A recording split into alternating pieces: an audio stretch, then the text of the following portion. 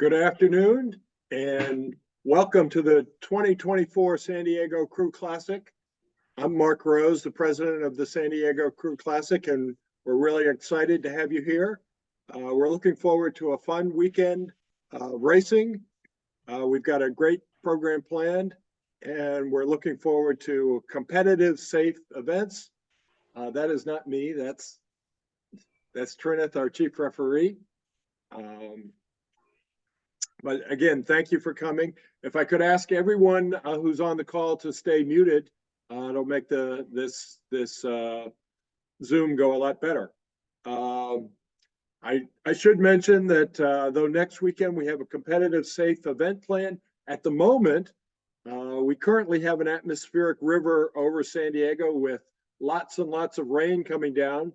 Not quite normal for San Diego, but that's really good news because as soon as this weekend, this river moves away, we'll be back to our normal, beautiful San Diego weather with beautiful skies, sunny, warm water, and light breezes is what we predict for next weekend, or I predict for next weekend.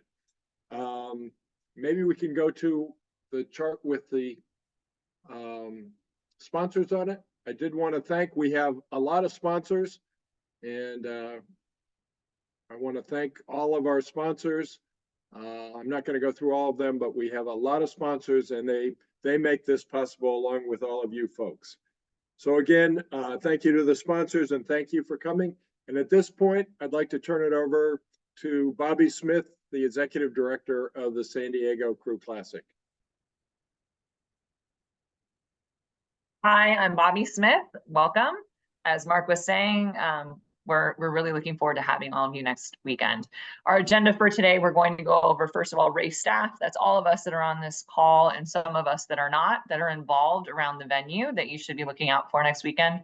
Venue arrival, park rules, parking rules, registration, boat storage, shell inspection, practice, launch and recovery, traffic and hazards, Coxswains information, racing and safety, schedule and progressions, results, medals, and trophies. And then at the end, the questions. Please put your questions in the chat. Don't unmute yourself and ask questions, because chances are very good your question will get answered during this presentation. Our chief referee is Trinith Guttetti. We're excited to have him this year. He's been a supporter of the San Diego Crew Classic for many, many years. He's been a deputy chief referee before and a referee many times. Melanie Salter, who most recently for us was the chief referee for our Rowing Cares event this year and will be the deputy chief referee this year. We're very excited to have her as well. Our VP of Race Operations, Craig Doan, our beach master, Lex Switzer, and I'm just going to put this out here for Lex before they speak. They may need to turn off their video during their portion. Our VP of Water Operations, Russell Moore. Our VP of Shore Operations, Robert Lopez. Volunteer Coordinator, Beth Kiernan. Myself, the Executive Director. Our Associate Director, who's not going to be here with us this weekend, Megan Calmo. And then our President, Mark Rose.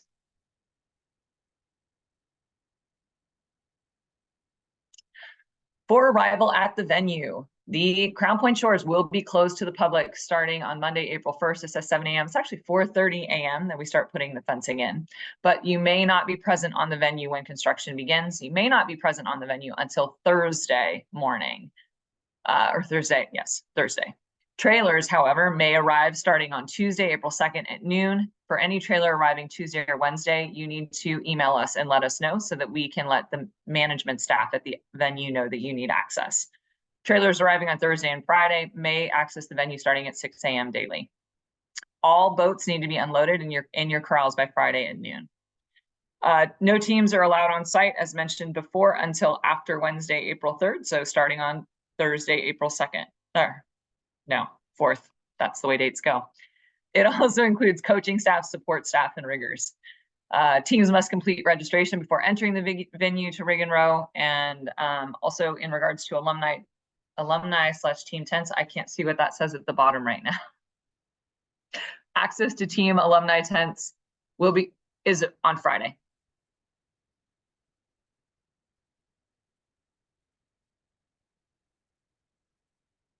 You can, okay, park rules. I'm not going to read all of these park rules. They are posted throughout the site. We'll have them near registration, but I am going to point out the most important ones. And please note, San Diego Police and Park Rangers will be on site throughout the weekend, making sure that we are complying with these rules. So no bikes or e-bikes. That's a big one. Another one that people love to bring their dogs. And you know, I love dogs too, but they're not allowed on site unless they are service dogs. Please, please tell your parents and any participants, no dogs, no glass containers, and no drones. So the only drones that are authorized to be in the venue are those that are on our City of San Diego permit. So if you have not talked to us and you're not on our drone permit, you're not allowed, and you can't suddenly email us and change that. It is done. They're the only ones allowed are the ones that we are utilizing for our live stream.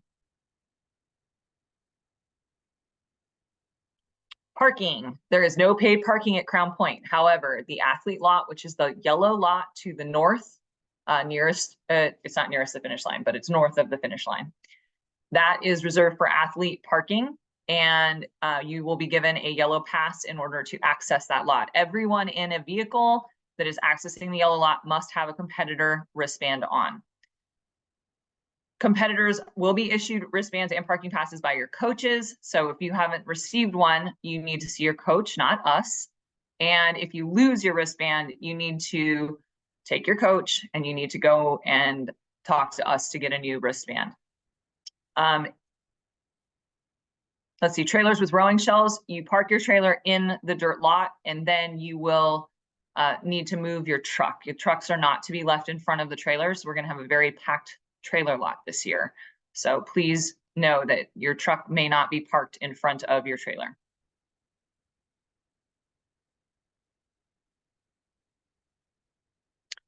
This is the event map, site map.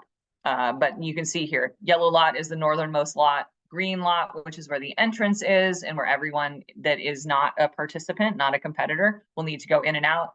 And then the shuttle drop off for everyone will be in the far most southern lot, and they'll need to walk over to get to the entrance.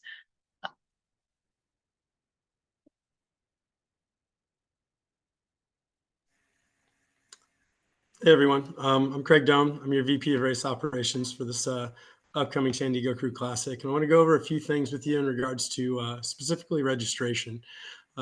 First things first, only a coach or team representative of record can pick up the packet for their crew at the info tent. Right? We want to make sure that we're not just sending rowers over to grab stuff, because typically if there's issues picking up the packet, it's something that the coach is going to have to handle. All right. Every registration packet should contain competitor wristbands that are going to serve as your admission passes, and you'll get one per rower and then one per staff. All right. You should get parking passes. Each team gets one yellow lot parking pass. Maps of Mission Bay, schedules for racing and awards, and then the boat corral assignments, which will actually also be emailed out on Monday.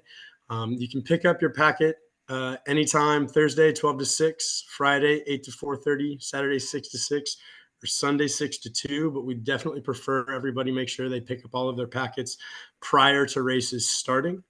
So that Thursday and Friday, for those of you arriving early is the best bet.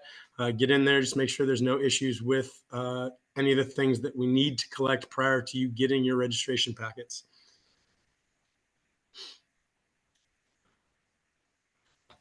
In order to pick up your registration packet, we need to make sure that every participant on your team roster is compliant. Okay, and to be compliant, everybody's going to have their included U.S. rowing membership, Safe Sport, the attestation if necessary, or the full program. Their U.S. rowing waiver signed, lineups need to be submitted, and then the attestation for actually having watched the coaches and coxswains meeting here. Right.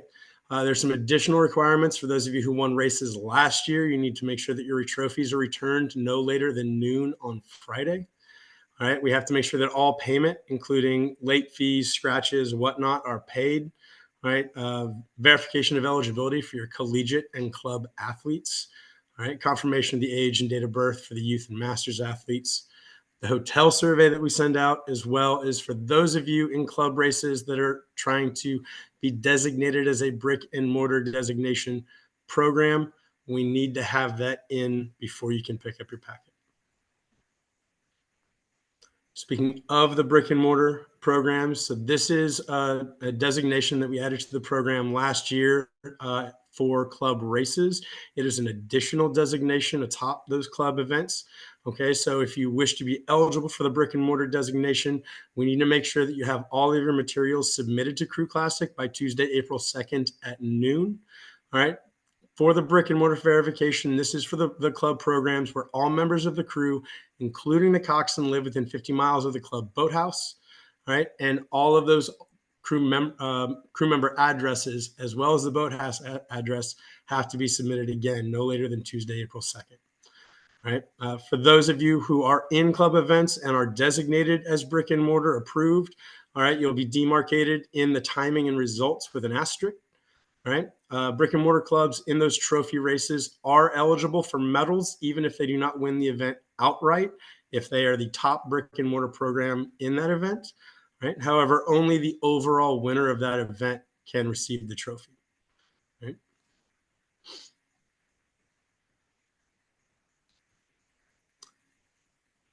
All right, boat storage. Okay, like I said before, the boat corrals are going to be emailed out on Monday, and that will designate where on that site map we previously had up with all of the letter designations around the area. Will help signify where you're going to be storing your boats. Let's just keep in mind that all shells have to be located where that boat corral map designates you. Those areas will be marked with cones that state if you're in the A corral, you're going to have an A cone on the left and the right designating that spot where in between there you're allowed to place your boats parallel to the lines that'll be sprayed down. Okay. There are a few sections, particularly over towards the where the trailers are originally, where we will have boats on the diagonal that will be marked for you. That's basically A through F boat corral designations. You should see it on the map. We can point it out later if we need to. All right, but there will be a space down the middle to separate those so that there's a lane for you to transport to and from the Beachmaster station for launching and recovery. Right. So let's just make sure that we're courteous and respectful to the designated areas. And if there are any questions, you can always find me at the info tent and I can help get you guys situated.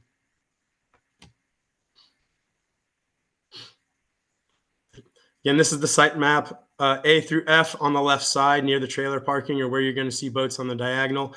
All right. The cones and then the lanes that we'll have marked down should help designate kind of the orientation that we expect for the boats so that you can actually have people walking to the boats and then getting out towards the Beachmaster area.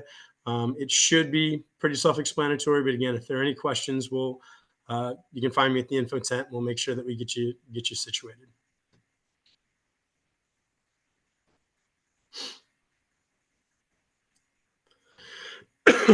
Excuse me. Shell inspection.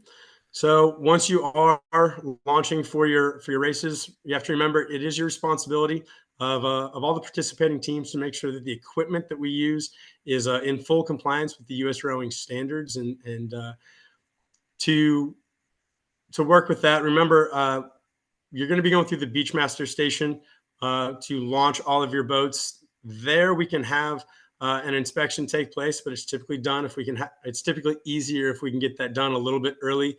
All right, we'll have officials that we can have come out and check boats in advance if needed. All right, but we're mostly checking bow balls and heel ties and just making sure that the boat is in good shape. Remember, you can't race without those things. All right, so mark boats that are already checked off as they come through the Beachmaster station. There will be a colored zip tie that we place around your bow ball. All right, please leave that on the entire weekend until your last race. All right, and if you have any zip ties from previous races, please make sure to remove those.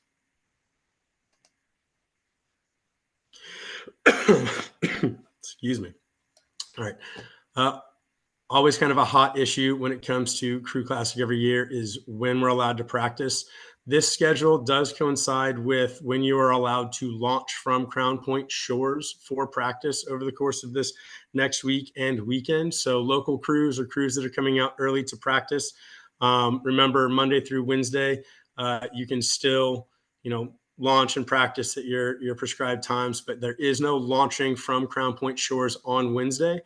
You're not supposed to have boats there until Thursday at noon, when you can begin practicing 12 to 6 on Thursday. Friday's open 8 to 1 for practice. All right, Saturday 5 to 6 p.m. and Sunday there will be no practice time.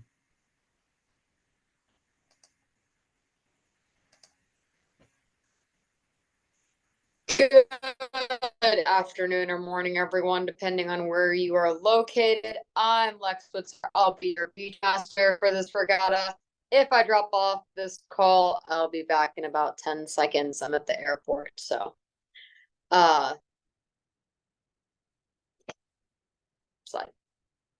Nope. We're gonna go over launch and recovery. As you guys know, or if you don't know, Mission Bay is a beach launch, meaning there are no docks. So the way you're going to want to launch your boat is you're going to walk down to the beach, and the beach masters are going to direct you to an area on the beach, launching zone, and your bow ball is always going to be pointed towards the finish and the start area. Regardless of if you are recovering or you're launching, your bow ball will always face the finish and start line, never the wildlife refuge area. When you go ahead and launch your boat, you're going to want to get parallel to the beach. You're going to sidestep it in about knee height. You don't need to be chest height, and you want to be probably deeper than ankle height. You're going to place your boat in the water, and you're going to want to get in your boat either using your outside pairs first or your inside pair, but don't all get in the boat at the same time. And then Coxswains, be mindful of races that are finishing, because the launch and recovery area is very close to the finish line. You want to look to see if there are any races finishing before you shove off the beach. As you go out, you're going to go around Crescent Island, and we'll go over that more, but you're going to want to give Crescent Island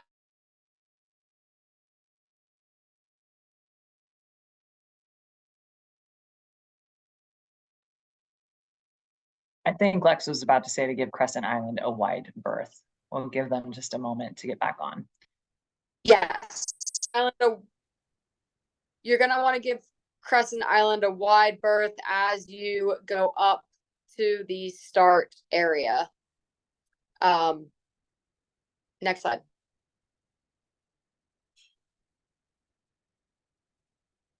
Next slide. This is the Mission Bay hazards, so that way you're aware of them. You can see there's some around Crescent Island. You can see the wildlife protection areas and the areas that you cannot go. They're marked by a little gray area with a red circle and a white bar. Do not go in those areas at any point.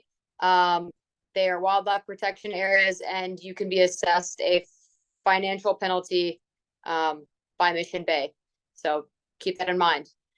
As you go up to the start, and if you're cooling down, Kakaloti area, that's to the right-hand side, go ahead and stay out of there. We don't have any safety launches and no one else to keep an eye on you guys to stay out of that area. Just stay on the traffic pattern, which we'll go over. Next slide.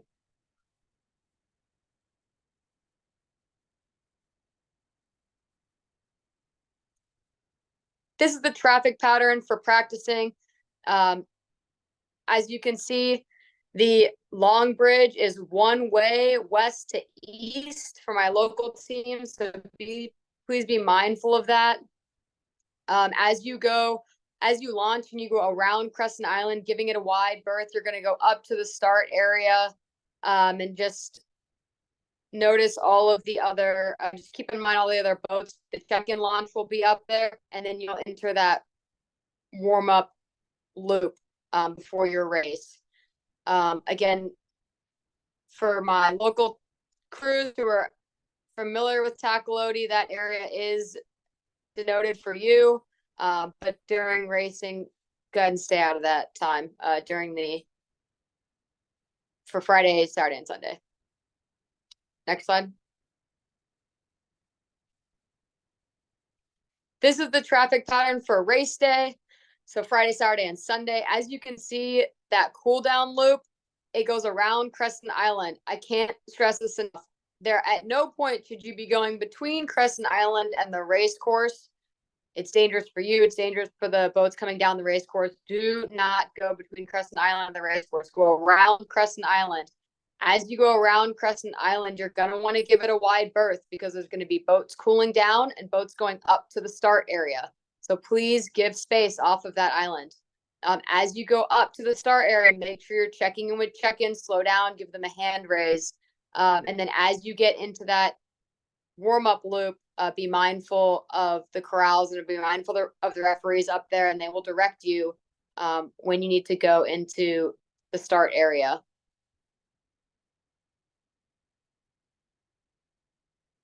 Next slide.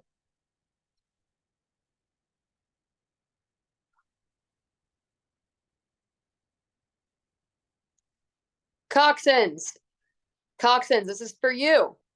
If you will have, your coaches will get emailed this PowerPoint. On the left side, you can see a clickable PDF. Go ahead and click on that checklist, print it out, read it, follow it. Your responsibility is your boat and your equipment. So when you come to launch, you need to have all of your rowers and all of your equipment. You will always launch from the beach master area, regardless of if your boat has been checked and has a zip tie. You will always go through the beach area. That is so we can check you off and ensure that you are recorded as being on the water. This race has flashers. If you don't know what those are, they're stickers that go on each side of your boat. For 8s, they're going to go under the coxswain seat. For 4s and quads, they're going to go in the front area. For a 4, where your coxswain is, and for a quad, where your bow seat is. Please ensure that your boat is dry when you stick these stickers on so that they stick, and please ensure they are not upside down. You will be able to get your flashers a decent time before your race, a few hours, but you won't be able to get them all for the whole regatta. So just come to the beach master area and you can get your flashers a few hours before your race. You will get your bow number when you launch.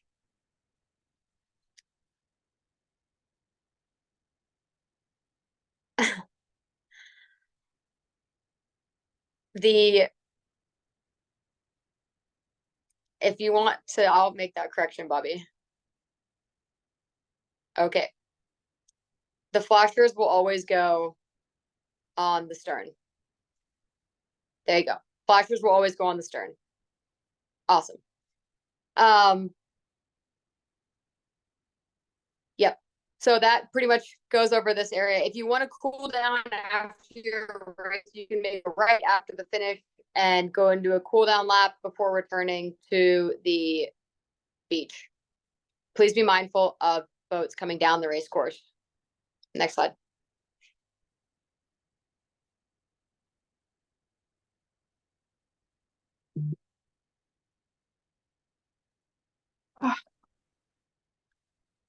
Breakage and damage. This race, like every other race in U.S. rowing, is breakage and damage is the first 100 meters that will be denoted by red buoys.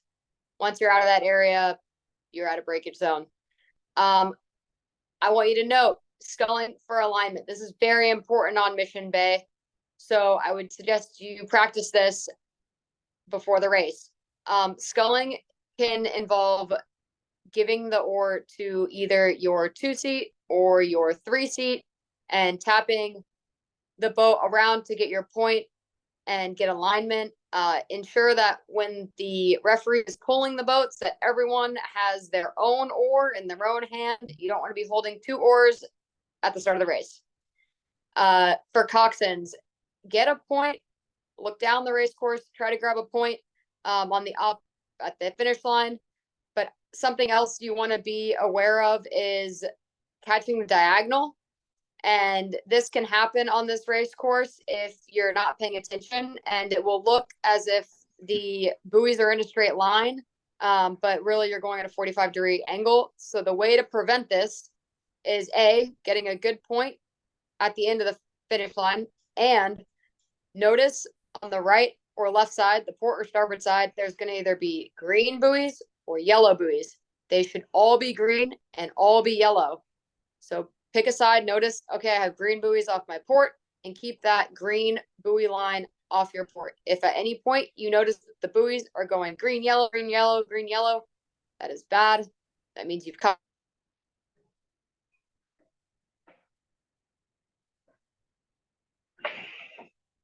Thank you, Lex. Hi all, this is Trinath Koteti, the Chief Referee for this year's San Diego Group Classic. I am supported by my deputy, Melanie Salter. And as in every year, we have about 20 really good referees, experienced referees from all over the country. And we are here mainly, our goal is always to prioritize safety, fairness, and also make sure that everybody gets to race. Today, I'll be covering 5 aspects of with regards to refereeing and the racing, which is your pre-staging, the start, your race itself, and your finish, and then the emergency procedures. So I'll go ahead and start off with the pre-race and staging. First thing, always know your race number, lane number, and preferably if you know your race time, that would be helpful, but at least know your race number and lane number.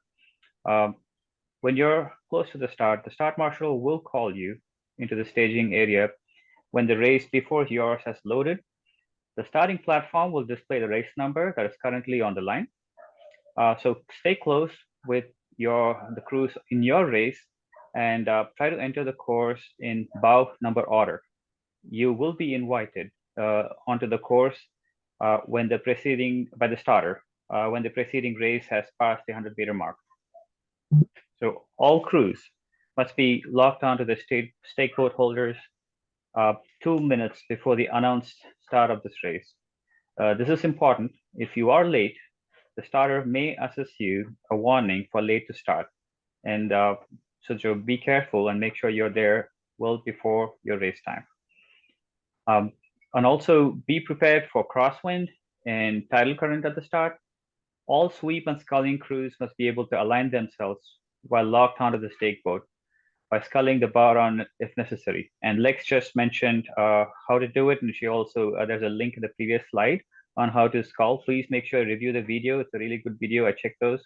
And also make sure you practice this before you come into San Diego, if you haven't done this already. So on to the next slide.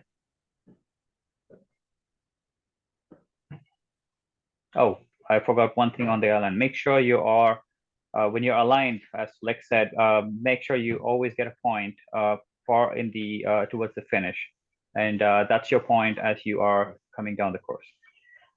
Now, coming to the start, the starting procedures are basically when the starter will pull all the crews by name, starting with lane 1 on through the last lane, and the starter will call attention, raise a flag, have a variable pause, meaning it's not going to be the same pause every single race. So, and then say go and drop the flag simultaneously. So when the flag moves, your race has started. There will be no lights, no buzzers or boots. So if for some reason the weather or some other situation prevents the starter from using the standard starting procedure that I just stated, the starter will declare a quick start. He will dispense the polling. He'll just say quick start, he or she, then follow the starting commands and the flag.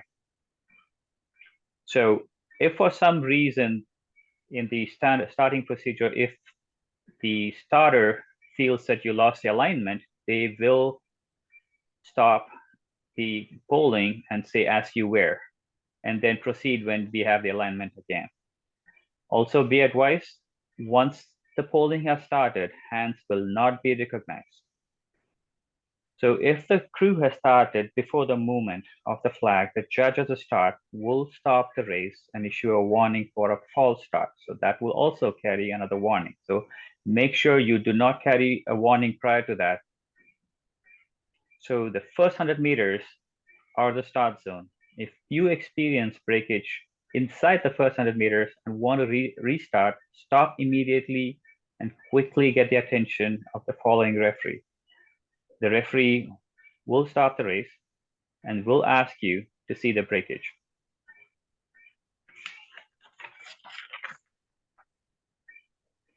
And once you have started the race, once you have crossed the 100-meter mark, you have accepted that the start is fair. So what that means is this cannot be contested at the finish. So once you accept the start after the 100 meters, you cannot contest the start at the finish as an objection.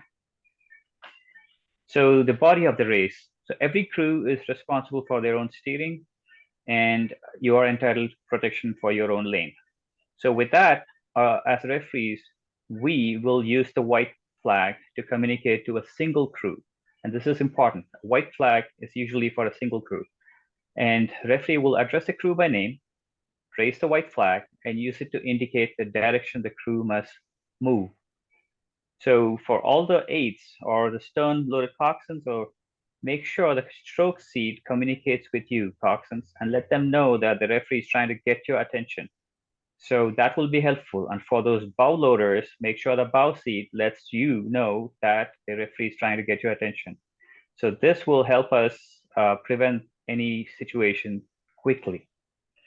So if you see a red flag, and usually the red flag is used to communicate to all crews, the referee will only raise the red flag to stop a race. So please pay attention for that also. The flags will be used on the course, on the race course, in the event that the referee has judged they must intervene for safety or fairness. So we typically avoid using the flags unless it's really important. The next slide, please. So finish and objections. The finish line is marked by the large orange buoys. There'll also be a large orange flag on a horn for each crew's finish mark. Once crews have crossed the finish line, they should proceed clear of the finish line area, either to the recovery zone or cool down area, as the beachmaster just explained. The white flag is used to signify that the race is fair and official. The red flag is used to signify that the race is under protest or under review. If a red flag is shown after the finish, it means the results will be held until the situation in question is resolved and addressed. If you have an objection or protest, please raise your hand and get the attention of the referee following the race and communicate your objection on the water. Be prepared to explain to the referee how the fairness of your race was affected and what corrective action you'd like the referee to take to restore the fairness. A decision will be made at that time, and you can either choose to accept it or decline the judgment. If a crew wishes to decline the judgment, they can go ahead and lodge a protest via a completed protest form that's available with the beachmaster or the finish line tower. And you can send that to the chief referee, which is me, at the finish line within an hour of the race finish. And all protests will be reviewed by a jury, and results will be published pending the outcome of the jury.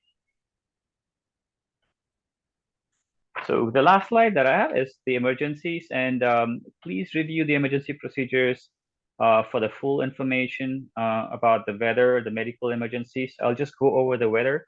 The decisions regarding the changes to the racing program due to inclement weather will be made by the water operations team in conjunction with the referees. The medical emergencies, the first aid staff, EMS, ambulance, lifeguards will be on site for the duration of the racing program. The first aid tent will be located next to the information tent in the center of the venue. On the water safety concerns, water operations and referees will work together to communicate the safest course of action for the athletes and the crews during the event of a water emergency. In the immediate absence of a safety marshal, coxswains athletes should use the best judgment on whether it's safe to launch or remain on the water. If it is unsafe to remain on the water, please proceed immediately to the nearest shore and await further instructions or guidance from the regatta staff or the referees.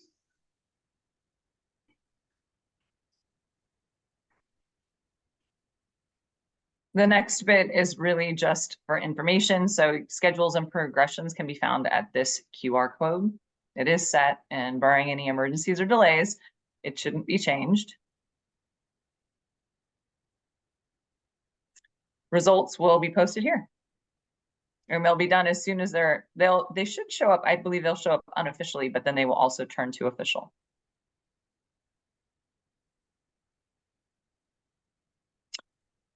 We have medals and trophies at our regatta. I know everyone's super excited about the trophies. So we have an award schedule. You will receive this in your packet, coaches. Please look it over and check to see when your event will be awarded its trophy. For brick and mortar awards, I know this was asked earlier, you will email me, Bobby, B-O-B-B-I-E, at crewclassic.org with that lineup. Again, that's Bobby, B-O-B-B-I-E, at crewclassic.org. with your lineups and with the addresses of the people in your boat. Brick and mortar medalists should also report at the same time as the awards and trophy are being awarded for your event, and they will be awarded in the trophy corral as well. Trophies are to be signed out if you're taking them home, and you will be required to return them next year at registration, or your team won't be able to race. But they don't have to be taken. We can keep them. All right, questions. I'm going to now start answering the questions that I saw in the chat and in the Q&A. So give me a moment. Bobby, Next. while you're doing that, I have just a couple of things that we did kind of blow past and want to make sure that we get communicated out. So I know Bobby had mentioned previously about the trailers. Coaches, this is for you. We have a large contingent of trailers this year and limited space to house them. So again, obviously park the trailers, leave the trucks, okay, get the trucks out of the way. We're going to be probably having to pack a large number of trailers into a tight space, which is going to ultimately mean that some of you may ultimately get boxed in. Okay, just need to be cognizant of that as we go through this. And plan accordingly on your exit times.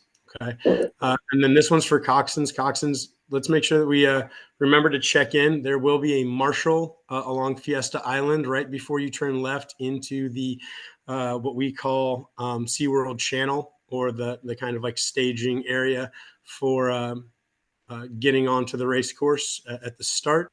Right, please make sure that every boat checks in with that marshal before you turn left into SeaWorld Channel, into the staging area.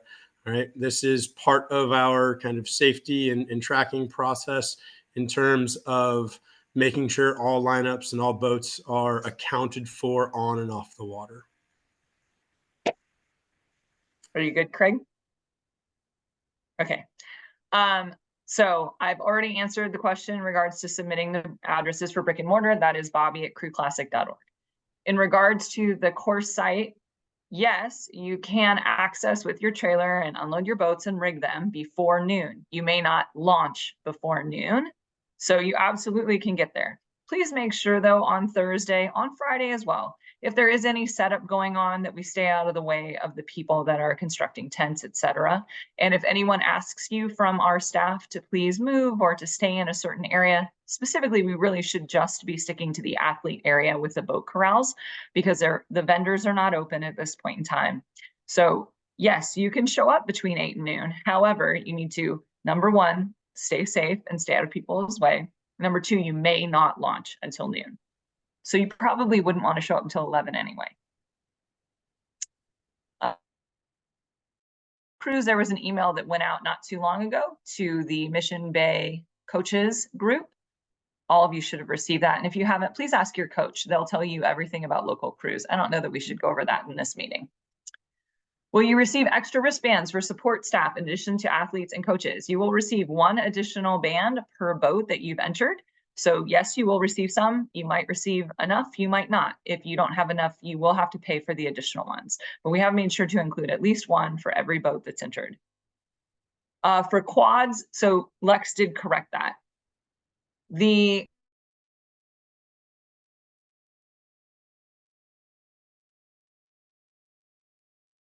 That is where the flashers go. They always go in the stern. All right, I am done with the chat. I'm going to go over to Q&A. Can we access the course site? I've already answered that. So, will lineups on Regatta Central open again for last minute changes? So Regatta Central has emailed several times. I'm sure they will do it maybe once or twice more. Please check with your coach or whoever is the person who registers you on Regatta Central. They should be receiving emails, and those emails tell you when the window is to update your lineups. Please, please do that before you get to registration. Otherwise, you're going to stand around in a long line dealing with it while everybody who's actually gotten it done just picks up their registration packet and leaves. But if you want to stand around for an hour, I mean, that is your prerogative. Can local crews, I've already answered this question. For the brick and mortar, will it show we won that on the results? If we didn't get first place in the overall event, how will we know? So you will be demarcated in the list of entries. And so the top brick and mortar club will be listed, like it'll have a demarcation. Last year it was an asterisk. I'm hoping that it stays the same this year. And so you can look and you can say, okay, yes, we were the third place boat, but we were the first brick and mortar. How do you update your team representative of record? I would email me, bobby@crewclassic.org. Actually, even better, maybe email Regatta Central and see if you can get it changed on the list of all of the things that I receive. Because if something happens, I'm going to rely on that list more than I am trying to hunt down who I'm supposed to contact in regards to your team. Hey, Bobby, there was one thing I forgot to mention that's pretty important. You'll get your bow number when you launch your boat. You must return the bow number to me. You have to return your bow number. This is not Head of the Charles. Give me your bow number back.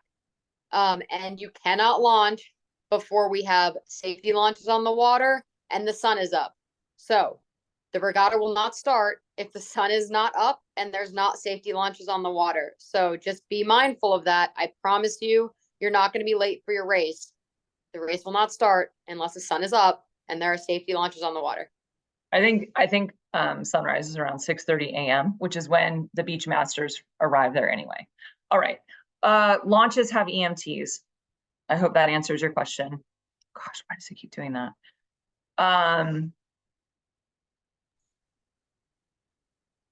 You may not cross lanes. Sorry, you need to stay in your lane. But that's an amazing question. I love that question, Sonia. Should we book for a particular time for practicing before the race? No, you should just show up during our practice windows.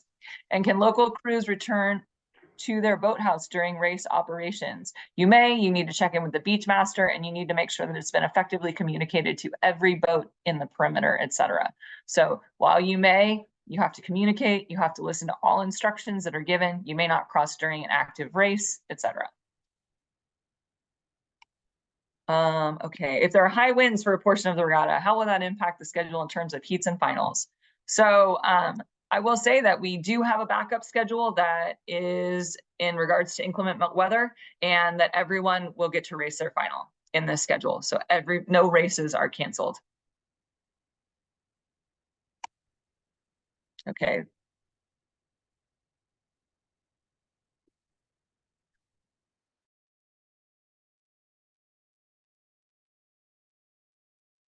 Quads. My stream broke up when you were explaining. Of course. Let me know if it does again.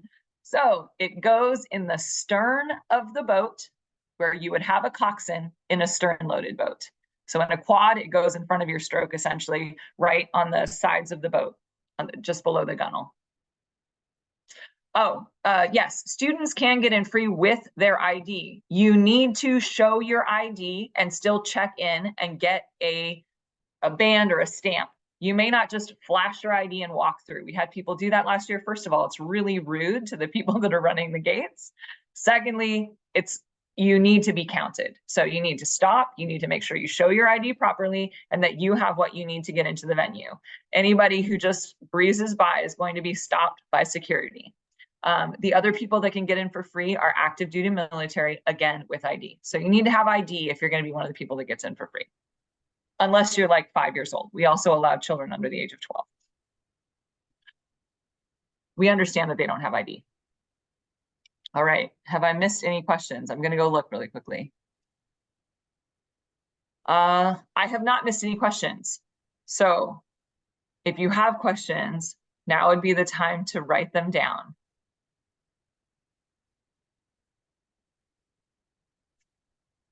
I'm gonna go with that's a wrap.